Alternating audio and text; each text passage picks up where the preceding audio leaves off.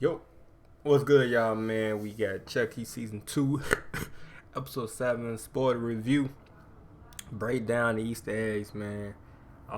Sorry for the 3 days or 4 days, man. Yeah, look, I see my face, man. Hey, I ain't been feeling good, you know what I mean? You can tell in my voice, you know what I mean? I still ain't feeling good. I'm recovering. I see me coughing a lot, but yeah, but we're gonna do this video right here, man. You know what I'm saying? I saw the episode. You know what I mean? Shit crazy though. Shit crazy, man. A lot of people died though. And then you saw a little sneak peek. He came back. Somehow, some way he came back. And it's Christmas for for them. So yeah though, man, but put a prayer emoji for me, you know what I'm saying? I'm doing fine a little bit. I'm getting better though.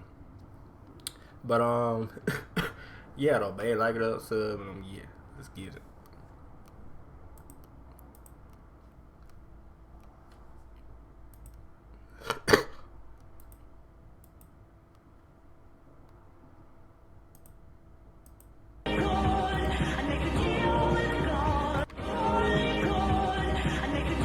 We find ourselves here in the penultimate episode for season 2 of the Chucky TV series titled Going to the Chapel, where let me tell you guys, this right here felt like a finale episode. Yeah, it did though. Then this finale was next week, but this right here felt like finale. So I think next week might just be like the other one, just just a close in, but just like a fill in. But I think this one was the finale. But they made the other one like finale though. I don't know. But yeah, this is but it did feel like finale. I thought this was it though. But they said got one more episode next week. Had to double check and make sure it was the finale because I still need me more Chucky in my life. But as always, as your Chucky boy here, I'm gonna be giving you guys my spoiler review on episode 7 of season 2 of the Chucky TV series. I'll be pointing out some Easter eggs you might have missed, recapping the episode while giving you my reaction and getting us ready for the finale episode that is gonna be Christmasified. I'm actually kind of excited for that. As well as you Chucky fans, leave me your opinions down below. Now that we are basically almost over with this show, it's time. Let me know how you're feeling. Are you going into the finale excited or 10 out of 10 though. I give a show 10 out of 10. 10 out of 10. are you kind of bummed out this season? I know my voice probably ain't suiting for y'all, man, but hey, I'm getting better each and every day. I'm recovering right now, y'all. So just bear with me though. Bear with me, y'all. It'll be tough to say until we see the finale episode, but you guys know here, I've been kind of vocal here as someone who's not a big fan of Seed of Chucky, and this season was very much inspired by Seed of Chucky. I had my hiccups here and there throughout this season, but really overall, Season 2 to me was still a major success. I was never bored throughout any of the episodes. They've managed to keep the twists and turns of coming, and so many of them popped off on this episode that I was not expecting. As much wacky stuff that went on this episode, there was still a lot of things I really enjoyed with the legacy characters and the new characters. This might be one of the only times we have all of them all together, so for that reason oh yeah, facts alone, I really loved this episode. But without further ado, let's just dive into episode 7 of season 2 of the Chucky TV series. So the episode opens up with Jake getting his confession out of the way with Father Bryce. Now this was an interesting thing this episode decided to do. I'm not very familiar with exorcisms, but apparently one of the rules is everybody involved has to cleanse their soul, and that means giving out a confession. And so what this episode was able to do with different characters giving their confessions, I thought was a really smart way to kind of develop. Veteran move number 11. Always have a plan. There you go. Nice apron. Thank you. Them further. We see Jake here just suffering with the guilt of being responsible for Nadine's death.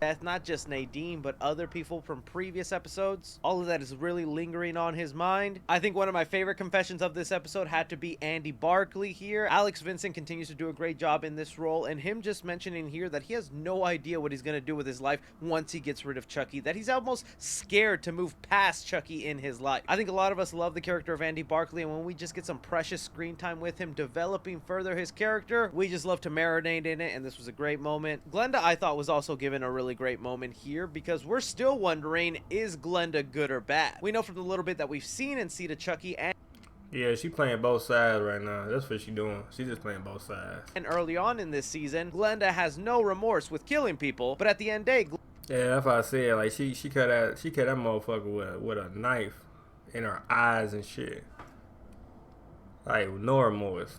But like I said, she playing both sides though. Glenda still just wants to find out about their past. And I did think it was kind of funny that Glenda just randomly goes, oh, and I killed somebody. Just wanted to mention those confessionals off the top because they were kind of spread out throughout the episode. But then it dives us quickly into where we left off in the previous episode, where I gotta talk about this because I got me a little bit of a gripey gripe. So you guys heard me talk about last episode with Dr. Mixture, where I was kind of hesitant on her character because I was like, oh, she's the reason Chucky is evil. She was the therapist that squashed out all the innocence out of Chucky, and now we have her to thank for evil Chucky. But it looks like that wasn't entirely the picture, and there was something else going on because there was a Chucky after show that I remember them doing last season, but it always played directly after the episode. This season, that didn't happen on my TV. As soon as the episode ended, I would get Ned from Spider-Man turning into a vampire.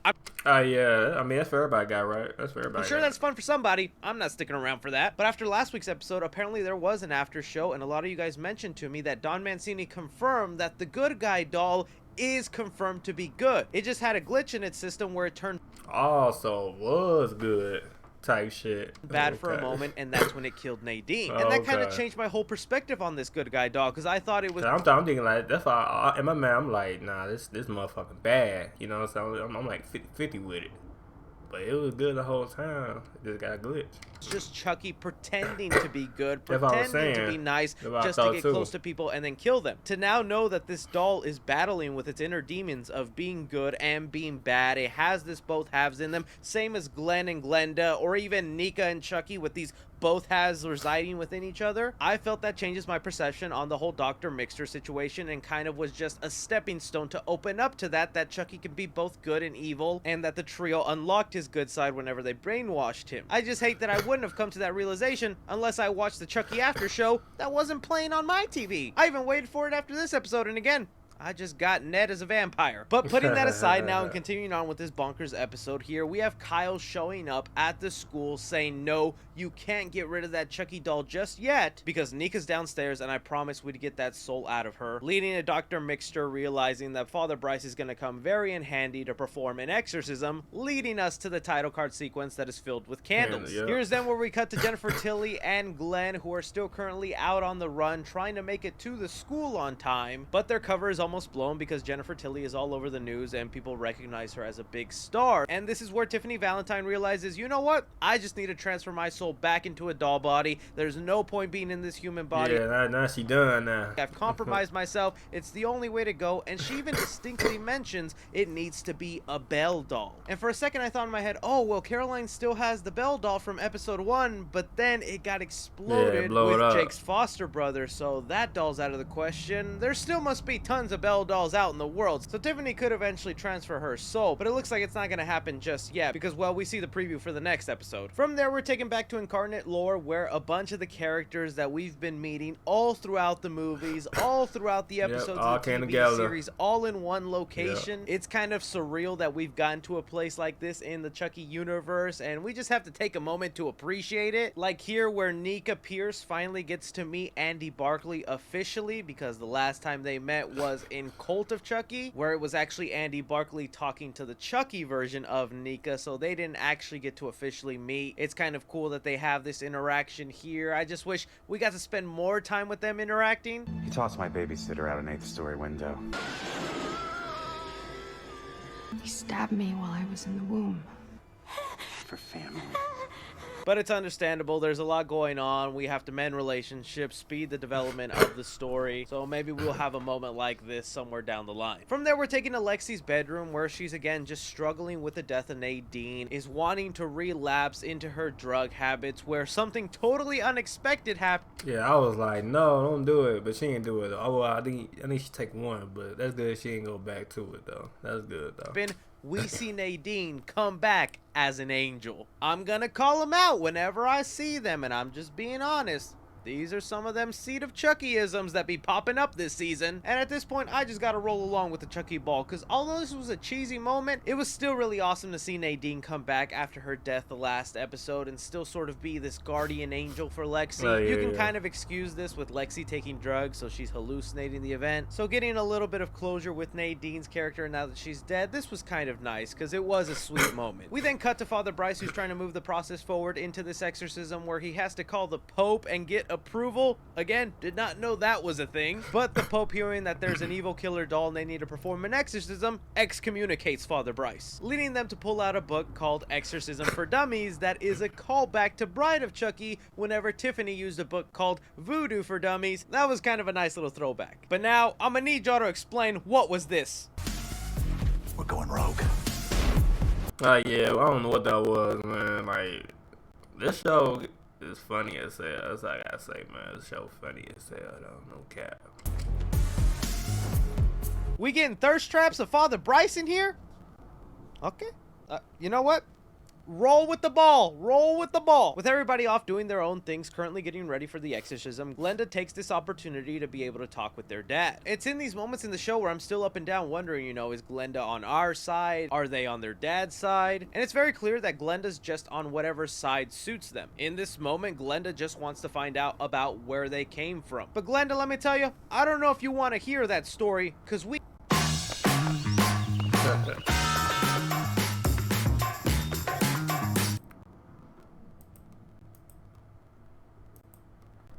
We got to see that story. You want to see how you were conceived? Bam! I don't know about you, but I'm starting to feel like Pinocchio here. Glenda, trust me, you don't want to know any further. I also got to point out, I love this little Hannibal Lecter look that they gave to Chucky here. All this season has been paying homage to other horror movies, and this is them just continuing to do that. I also like here how Chucky mentions that since this is the school he grew up in, he stashed away a Bowie knife a long time ago and was asking Glenda to get it for him. While the group is finally preparing for the exorcism to happen, we cut back to the trio that is on their way to the school, and the most unexpected thing happens here because Jennifer GG's time, man. Tilly is hearing that Tiffany wants the body back to switch around. Jennifer Tilly in the doll body realizing, well, if I go back in human form, I'm just gonna get arrested. I'm gonna be sent to prison. Who's gonna believe me that I was trapped in a doll for all these years? Manages to escape and then gets hit by a truck, Bride of Chucky style.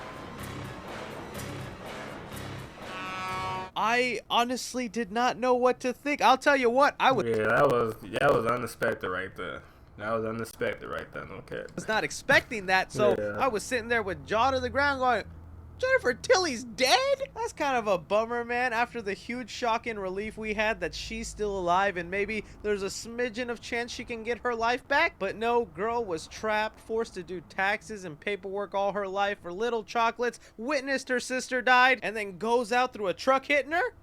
R.I.P. Jennifer Tilly. And again, I just really don't know what to think about that. I don't know if that was a waste of the character, if that was just funny. It was shocking, I'll tell you that. Oh, but the shocks don't end there because it's time for us to give an exorcism to Chucky here. And I know some people were complaining that, like, really, they're going to perform an exorcism on Chucky, but I mean, the boy's voodoo, supernatural. I feel like this actually kind of makes sense, even though it played out in a very interesting way. As it's going on, I love the moments here where Chucky is just trying to bring up some of his manipulation tactics, how he's killed someone important to almost everybody at this table. Like, Devin got the worst of it.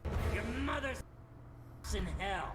Yeah, we've all seen that movie too. Would it be powerless to harm your mother's in hell, Karis? But in your mother's case, it's actually true. She's been busy. Sure, that was a callback to the movie The Exorcist, but that was still pretty harsh, my guy. It was really just all sorts of insanity in here, and Nika got to bring out her Chucky side just for a little bit, which is always fun. And I'll be honest with you guys, as wacky and as weird as it was, I was fully invested into this moment. I was wanting to know where it was going, especially when Chucky is floating into the air, Vecna style. Nah, that shit crazy. On what's happening, then you see Father Bryce tipped over, starting to do little hints of that Chucky laughter. I was like, oh, he possessed Father Bryce. He's in a human body. What are we gonna do? And just like with everything in this season, the unexpected happened. Father Bryce blows up. Yeah, he blurred it out. Hey, good shit, DC fam. Cause I already know the comment about to be turned off. 20 different ways. What? Don Mancini and the crew at the Chucky TV series, what y'all got against Devin Sawa, man? Like, y'all had to really exaggerate his death like that? That was kind of insane. Yeah, And for a character I was crazy. hating on just because of how annoyingly religious he was being all throughout, I felt a little bad for him when he went. But in his explosion, that was one of the last Chucky variants that was out there. We had Colonel Chucky dead, Buff Chucky's dead, and now semi-good guy Chucky is dead and gone, leaving that doll completely open for Nika to perform the Dimbalis spell and transfer over Prime Chucky's soul into this doll. And I love immediately as the soul was transferred, Jake took no time. He's like, it's not gonna be my fault that someone else dies, takes him to the holy water, and then just starts trying to drown him, all at the same time while this holy water is essentially burning Chucky. Yet Chucky still gets to have a bit of the last laugh because the sister who thought Chucky was the reincarnation of God is holding Lexi hostage, and this whole time I'm like, nobody was checking up on Lexi? We have killer dolls out on the loose and you were just letting Lexi sit in her bedroom alone? Come on, man. This was, though, a great moment for Glenda to show off that even though they are on the good side right now, they still got a bit of evilest murderer side to them. Throwing knives and shit. the Bowie knife that belonged to Chucky that he hid away in this school when he was a young boy. Looks like Glenda went after it just in case, and taking this sister's eye out. This is where I want to point out to you guys, for any of you who are watching this on TV or anywhere else, this is how bloody this show is, and we're on freaking TV. I remember the days we were all scared they were going to censor Chucky, and Nah, that's good they show a lot of blood, cause that's what we want. You know what I mean? That was good they show a lot of blood. You know, we like a lot of blood. You feel me? You know what I'm saying? We don't like all that fake shit. So that's good they show that shit. But I understand, like, back then they did show it. But I know this generation, you know, not a lot of people are showing a lot of blood and shit. But that's good they showing a lot of shit though. Okay. I mean, I feel like they're still doing stuff they would do in the movies. But now this person out of the way, Andy Barkley sprints into action. Don't know how his leg magically healed from the big old wounds he had, but I'm just gonna accept it, because this boy gets some amazing shots on Chucky right Yeah, got a little shot right in the mouth. here. It was honestly very satisfying, and I'm so happy they gave Andy Barkley that. He's the one we followed and started it all, and since this was kind of being built up to be the end of Prime Chucky, it was kind of nice that they gave him that. Also kind of love this Avengers style lineup shot here where we just have the generations of victims of Chucky lined up going, yeah, man, you're dead. This is the end. We win. Really love how the Chucky team was able to pull this off, and that's one of the reasons I love this franchise. The way they have continued one story all the way back from the 80s. That's got to be some sort of big achievement here. And as we were coming to the close of this episode, it's where I was telling you, they were treating this like a finale episode, like this was the end. And it was kind of freaking me out, because that's like, I'm pretty sure I still have one more episode. Don't tell me this is the end. We start off here with Kyle and Andy kind of saying goodbye to each other, setting off their new lives, where they even give us a flashback to the end of Child's Play 2, my favorite Child's Play movie, and this was such a sweet, heartfelt moment. I wonder if it's the last for these two characters, because in a weird way you could say they go off into the sunset now. I doubt it, but it's still a really sweet moment. If they never come back, hey, at least I know these two characters I love are happy somewhere out there. Then we move on to Nika and Glenda, who are outside kind of discussing what they're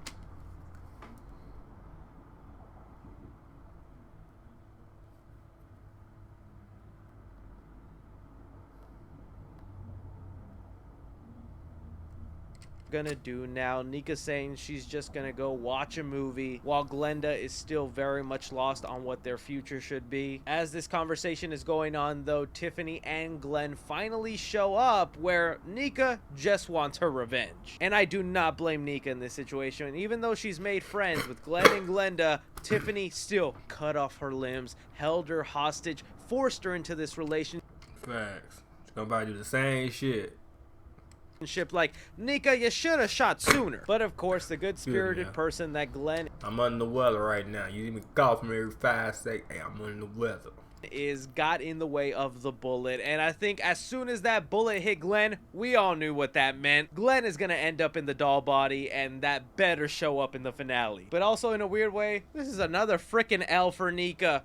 Don Mancini, let her have a win. I know Chucky's out of her body, but I need more wins than this, please. Leaving us here with a final tease before the finale episode where Dr. Mixter is in her car driving away, kind of having this bit of a Chucky laugh in her, making us wonder, did Chucky get to transfer her soul in Dr. Mixter? Is there sort of a Nika and Chucky situation going on here where both souls are in this one Yeah, that's what I was saying. She got the laugh too. body? So And all Dr. Mixter has to do is find another good guy doll up on eBay, which I'm sure is going to be easy in their universe. Transfer his soul over into the doll, and then boom, bada bing, we got a big Christmas finale that I'm really excited about. So yeah, guys, I'm looking forward to the finale. I think this season has been interesting to say the least. I already popped out my Christmas hat that I had in storage here because I'm gonna have some fun next week. I need to hear from you guys. What did you think of the penultimate episode for Chucky season 2? Were you a fan of it? Do you like where it's leading up? Any thoughts and theories and speculations for the ending? Love to hear it. Don't be forgetting to hit that like button, subscribe if you haven't already, follow me on Twitter at 3C Films or on TikTok at 3C Films. But as always, I'm Chucky Christmas Boy. Take care.